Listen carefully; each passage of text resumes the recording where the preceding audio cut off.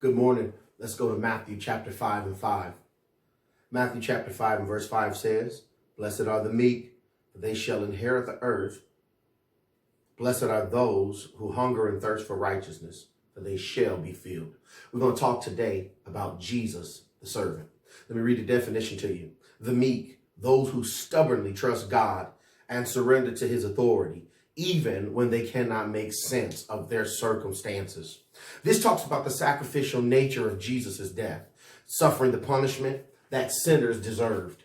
So when we think about being meek, we think about, hey, listen, I got to surrender my will in order to take care of the will of the Father. That is a powerful man, that man named Jesus, because you have to think about it. It's Monday morning, and oftentimes we get caught up and say, the Monday morning blues. Oh my goodness. When Friday comes, everybody's excited, TGIF. Why nobody saying TGIM? Thank God it's Monday. What you have to realize is it's Monday. And so sometimes you're like, why am I working the job that I'm working? I don't understand the circumstance. Why am I stuck still with this illness in my body, or why isn't the things adding up? I thought by now in life I'd be here, and yet I'm stuck here. Or I should have been retired, but I'm still working this penny job, or I'm at a dead end place. I'm stuck. I'm at a standstill. I don't understand. Well, what you have to do is say, you know what? I'm going to stubbornly trust God. Even though I don't understand my circumstances, I'll stubbornly trust God. Even though this child is not seeming to understand who I am, what am I trying to be in their life? I'm trying to parent you. I'm trying to lead you and guide you. These are not the things I taught you, but yet you're on the other path. You got to stubbornly trust God. Pastor Stan once told me, he said, Tim, you need bulldog faith.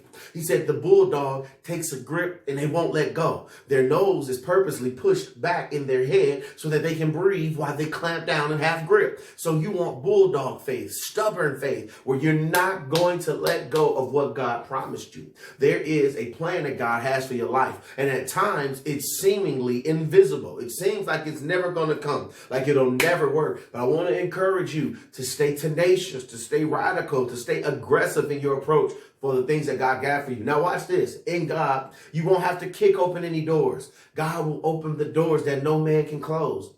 And he'll shut the doors that no man can open. So I don't want you to mistake bulldog faith for doing things that you just got to force to happen. That's not God. God is going to do it for you, but you have to be able to trust God even when you cannot trace God. They told me that the teacher is always silent during the test. So sometimes you won't hear God speak in an audible sense or even in your spirit, but you got to remember, what is the last thing that God told me? What's the last thing that God promised me? As you seek God, write these things down. When people bring you prophecy, record these things. And you have to remember, Jesus was a servant. He served in his life and yielded it to the cross. So serve in your job. Give your life to God and be a good employee today. Serve in your home. Be an awesome father, an awesome mother, awesome son, daughter, uncle, aunt. Be awesome in what you do. And remember, Jesus was a servant, so you are to serve as well. It's been 3 minutes with me.